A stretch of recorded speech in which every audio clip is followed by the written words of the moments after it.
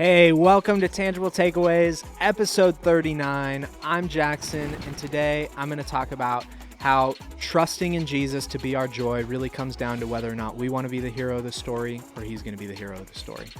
Yeah, and I'm Reggie, and I'm going to be telling you why you need to sharpen that axe. All that and more on this episode of Tangible Takeaways.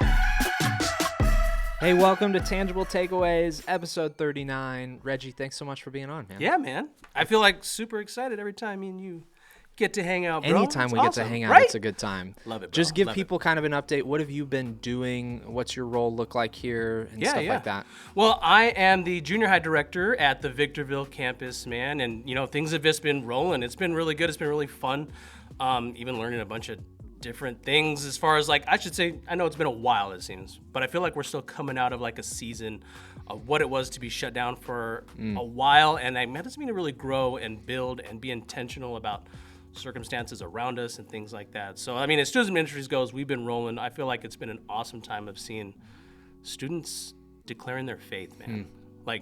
I feel like every few months now we've had these baptism classes, and even coming up we're having Easter for our baptism day, our dunk day, right? And it's been phenomenal to see students taking that next step in their faith, proclaiming who they are in Christ to other people, and that it's actually a genuine thing. I've had the opportunity to sit down with so many students and hear their testimonies. I just feel super blessed and honored and humbled to do it, man. Yeah. It's a real thing that I actually did just this weekend, having testimony interviews. That's so cool. That's so awesome. Yeah, I think what's cool about it is it's almost like the pandemic kind of broke everything down. You're starting back at the foundation. Yeah. So then you really do get to reevaluate. There's almost a lot of pressure in reevaluating, but you get to reevaluate what do we want to build back? Do we want to build the exact same thing? Probably not. Let's build it back a little different. And maybe some of these things will be the same, some of them will be different. So, and then it's cool to just see the fruit of what God's doing in that. Yeah. And in that season right now, what would you say you're learning, or what's God teaching you? What's kind of where are you growing right now? Yeah, what's actually been really fun? Just even that context, I feel like I've been learning a bunch of different things. But even in the context, just capitalizing on, or piggybacking on what I was just saying with students and their faith, I feel like it's been really interesting to see students really put together who Christ is and what they should be doing. I don't want to say it's because of the pandemic, because I was doing baptism interviews before that, but I feel like it's because of their sense of maybe some things that are a little more, I don't want to say certain, but things that are a little more upfront in their face in regards to the students that are showing up. They know why they're there. The students that are involved, they're really invested. They're really there to learn. They're really there to grow. And it's been something that I've just been learning, oh man, students I've sat down, I don't know how this is gonna go. And you actually got a really good grasp on what's going on. And it's such a privilege to hear that. I feel like it's been a very cool season of learning different things even on my end, because I don't know, you guys might not know, but I'm not musically talented at all in any way, shape, or form. Maybe I could sing along in the car, but man, I've been trying to put together this new worship team, and it's been awesome to see students. We've done Landon's a huge help, in regards to auditioning students. We've just hired on a new Victorville student coordinator for our worship position. Avanti, she's been killing it, man, on just what it looks like to audition these students who want to use their talents to honor God, to lead students through worship, and even seeing that grow. What does it look like for them to step up? And I've been learning, man, what does it look like to put practices together, to put auditions together? Man, what does it look like to us not just be on stage, but actually be on stage, leading through worship, leading other students, empowering them to do so as well, feeding off of them in the crowd and stuff like that. So it's been a really cool thing to actually learn to see something that I have never actually done before, and actually be behind the scenes. Yeah, you're kind of getting outside of your comfort zone and your wheelhouse a little bit. And you're okay, well, this isn't something I'm gifted in, but I'm trying to empower you guys to be able to do it well. That's awesome. Yeah, and I can be around people, and I can help supervise people and lead them, but I can't pick up any type of instrument and make any type of like good sound with it. You can play a guitar, just not well. Yeah. Maybe Guitar Hero. You know what I'm saying? Yeah. I had no one idea. Little different. What's Guitar Hero, bro? Yeah, it's something really cool. I was Lego Rock Band. That's what I was getting after. Yeah. So it's always encouraging though, Reggie, just to hear about you and your ministries. Sometimes students, maybe for a lot of people, can be something that's in the background that they don't pay much attention to. Yeah, but it's cool to see the way that kids are putting their faith in Christ. Yeah, man. Just the way that you guys are passionately leading them through that. So I just so appreciate the work that you're doing, and it's always fun to have you here. Man. Yeah. So talking about this weekend's message, we've got this great joy that really kind of becomes the central theme. That Jesus offers us a unique joy that's very different than the rest of the world. And we kind of start off this weekend with the world's broken. I don't think anybody needs to be convinced that the world's broken. We all Everybody's know like, that. okay, yeah, I can see that. I can see that. Right. I stub my toe in the morning and my kids leave Legos on the floor. That's brokenness enough for me, let alone there's lots of other big things going on right now in the world. And so the world's broken, but Jesus offers us this joy. What's so attractive about that joy, or what kind of draws you in about the joy that Jesus offers? Yeah, I feel like if we want to talk about joy, right, I feel like it's a matter of your perspective, right? Like in regards to Jesus' joy, like we as Christians, we can have joy. Even like looking at today or last week's message, man, we have joy in Christ because not of anything that we are or our surroundings, right? Yeah. It's not looking at what is specifically in front of us, but the bigger picture at large, right? Yeah. The bigger picture, where we're going, like what we're actually doing. And I feel like that's the whole thing where, having joy and hope in not just us, but having hope in Christ, which gives us joy, which gives us the ability to look past the brokenness of this world and actually realize, like, man, we're actually meant for so much more. Like, and even in the context of understanding, man, what does it mean to have joy in Jesus? It's one of those things I even feel like I've been teaching students about that, like, man, who they are in Christ, than just they have more purpose and understanding of what that is than just like, oh, it's just some Bible story or whatnot, right? Like, no, man, like this actually applies really to you today. And it's like this relationship with Christ is why we have joy, not just because, it's something we've learned. Nah, man, like that's something you live, like that's how you have joy, by living it out, by seeing Christ come through. And I feel like that's what actually gives you hope, is actually putting the work in and seeing it come back, not because of what I've done, because what the joy I have of, man, in these circumstances, man, I could step out in faith. I could do these things, not because of who I am, but then see Christ come through in those circumstances and find joy in that. Yeah. No matter what's going on around us. No, it's such a great way that you set it up, that the joy that we have in Christ, it's about a perspective more than it is about, I think sometimes when we talk about joy in Christ, people can feel the sense of like, it needs to be this kind of superficial thing that I'm generating, that I'm just happy and bubbly. And happiness and bubbliness, that's not the joy of Christ, right? That's your personality. And some of us maybe just don't have a bubbly or a happy personality. Not to say you're off scotch-free being a jerk if that's your personality. You that's why I don't have joy. Let the Lord work in you a little bit. That doesn't work. But at the same time, the joy that we have, it comes from the fact that happiness and bubbliness, all of those other things that we would ascribe to as maybe being joyful, those things are contingent upon circumstances. Right? So if things are good, I'm happy and bubbly. And that's great. But when things are bad, which, like we said, we know that the world is broken. Nobody really needs to be convinced of that. We're watching it on display all the time. So if things are bad, well, now all of a sudden we have a new set of problems, because now my circumstances don't facilitate joy. And it starts with the perspective of the hope that we have in Christ, because he becomes, and his joy becomes really a rock for us, something that's steady and stable and constant.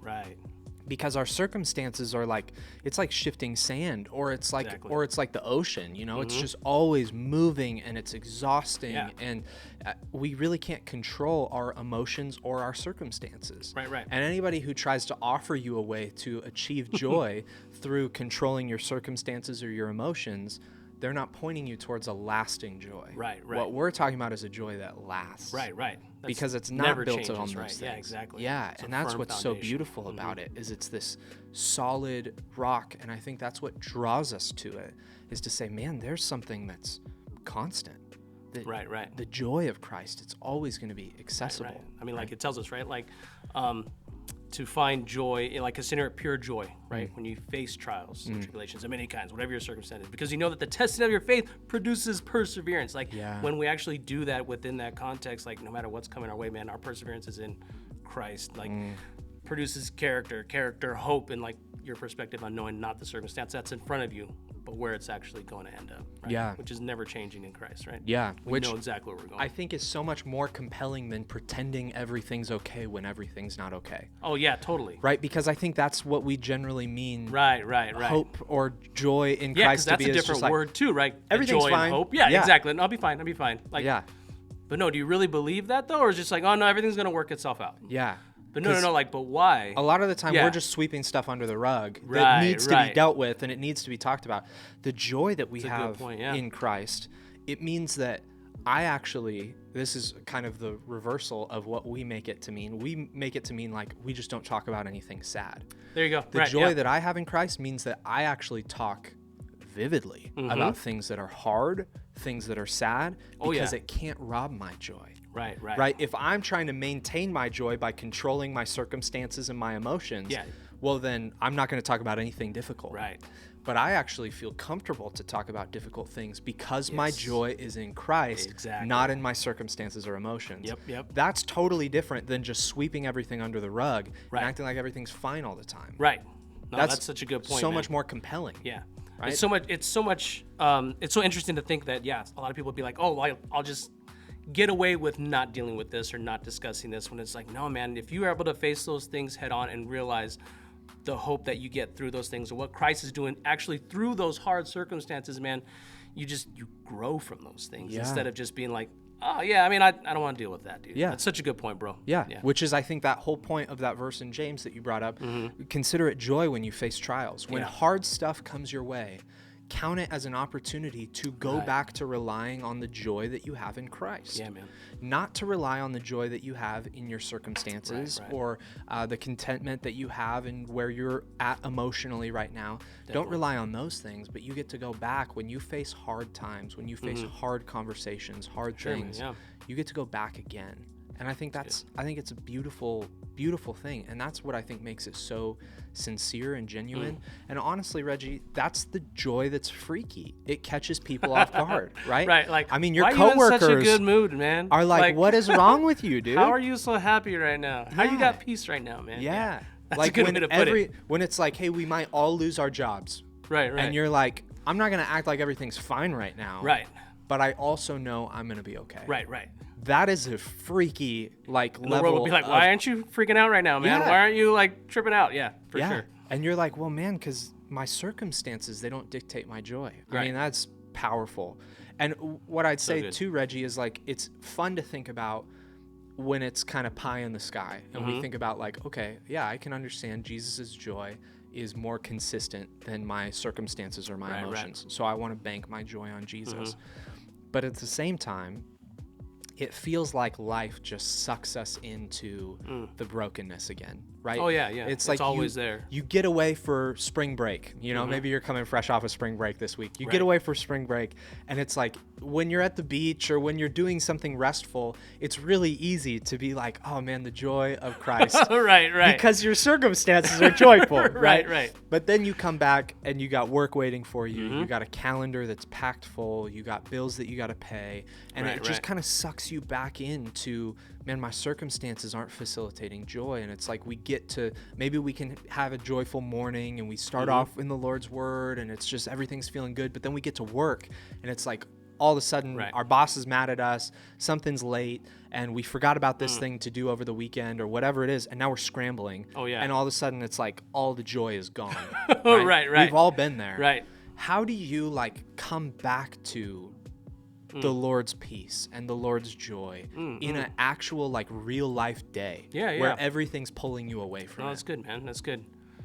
I would say, in my personal experience, that's that's prayer. That's continuous prayer, in the sense that in knowing how to, if I'm talking about my joy being in Christ, my hope being in Christ, my relationship with Jesus through prayer specifically, right? What that looks like. Knowing that, I hear an example, right? Like, I think we've heard that example, right? Like, if you don't spend time like sharpening your axe, like, you're not going to cut down as many trees, right? But if you spend this much time sharpening your axe, you're going to cut down this many trees faster, or you can have a dull blade and spend all day cutting down one tree, right? Something like that. I know I've heard that example before, but in that context, man, I can't afford not to spend time with Christ to establish my relationship solidly with him. And I heard this before in the context of like throughout the day, right? Which makes sense, because it's like, okay, cool, then I'm just going to stop and I'm going to spend this next half hour not talking to nobody and pray. I mean, fantastic if you can do that, but a lot of us can't. I feel like I heard this before, and it's something that I feel like I have tried to do consistently, and I feel like it's helped, especially in those circumstances where it's the craziness of the day. It's the busyness of things going on. It's the brokenness of the world that creeps in at certain times, where it's like it's not a structured time to pray. It's a continuous prayer that you talk to God all day. Like, no, it's a conversation with God that's never stopped. Like, maybe I spent this morning and I had a specific time with God, but throughout the day, I'm still talking to him specifically on the things going on. Oh, okay, God, like, this just came my way. Lord, let's figure this out. Show me what I need to do to take this on, to where I'm still like, I'm addressing this situation. I'm giving it to God. Lord, show me my next steps in that context, right? Like, it, in the sense of knowing, like, I don't got this, but God, you still got this. Show me what I need to do next. And I feel like it's something that I heard before, where it's, like I said, it's a way of having a conversation with God that just doesn't end. And I mean, I'd encourage anybody who's watching, like, it's a really cool concept to think, because you think, I really don't have time to do that. Which means, like, I really don't have time to have this intentional, specific, let alone time. Man, you could be driving in your car and it'd be like, from one place to another, okay, God, I got to deal with this as soon as I get out of my car to go into wherever situation you might be going to. Lord, how do you actually fix this? Or what do I need to do next? Give me the right words to say. You know, even I feel like I've done this in conversation with somebody in front of me, like, they're still talking, and I'm like, Lord, give me the right words to say next. And then it's amazing, because, like, oh, I don't know where that response came from. That was obviously from the Lord for me to say what I needed to say.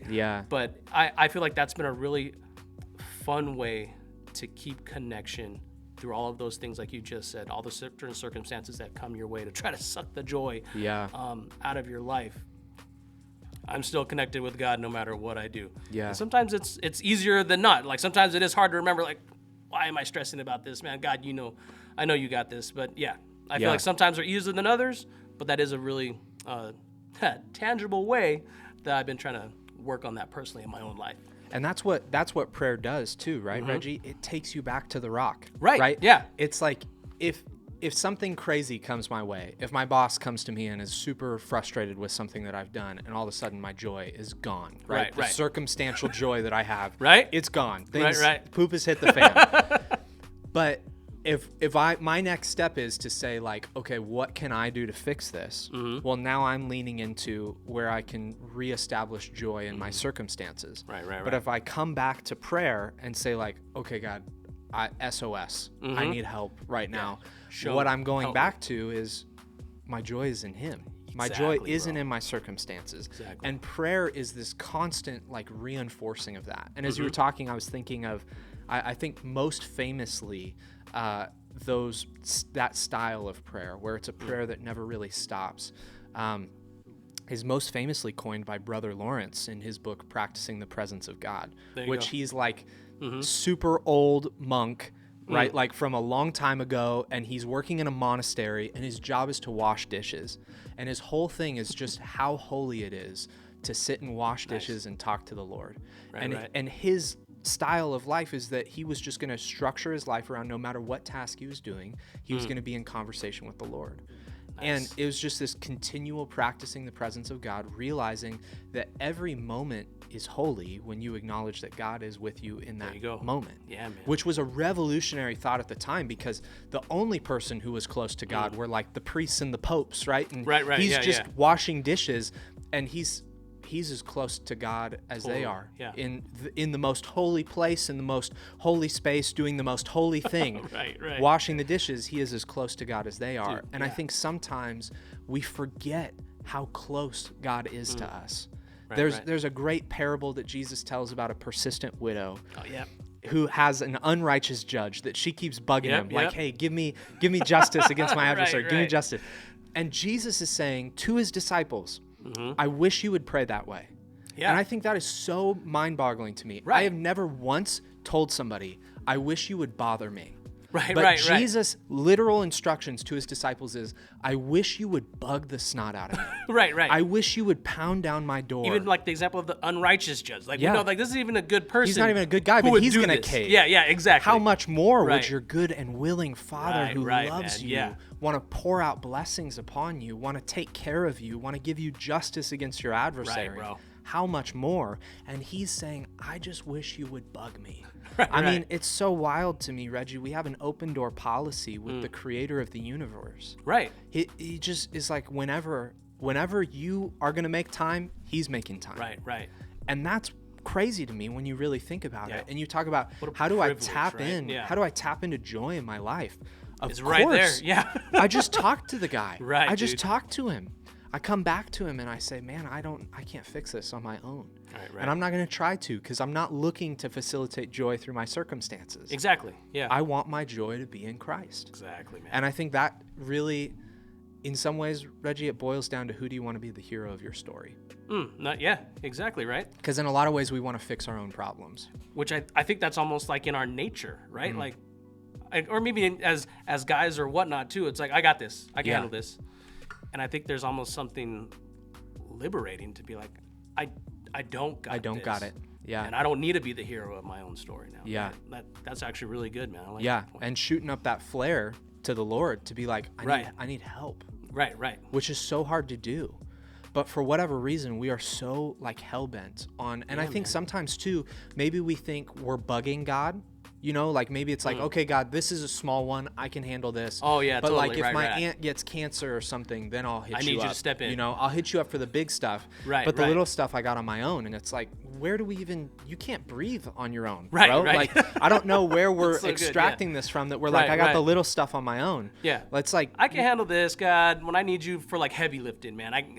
And I think that's why Jesus told his disciples, I wish you would bug me. Right. I wish you would annoy me. Like, all those things. I want you to get to that point in your prayer life that you're annoying me. Right. That you're bugging me. I like that, man. And I think, man, what a great goal for us. Like, I want to, this week, coming out of this, knowing that I want to bank my joy on the rock that is God, that's going to continuously be there. It's not my emotions, not my circumstances. I want to bug him this week. I like that. Yeah. What can I bug God about this week? Yeah. It's a great. I like that. It's a shift. Yeah. So, man, I hope it's been a helpful conversation for you. And Reggie, always a pleasure, man. Just love hanging out with you. Thanks for being on. Yeah, and definitely. As always, you could drop a tangible takeaway you've got from the message this week in the comments. We would love to know, or maybe even something that you got out of this conversation. And as always, don't forget to like the video, maybe share it with a friend. And if you subscribe and hit the little bell, you'll get some notifications every time saying, hey, HDC's dropping some heat. So that's what we got going on. We'll catch you guys next week on Tangible Takeaways.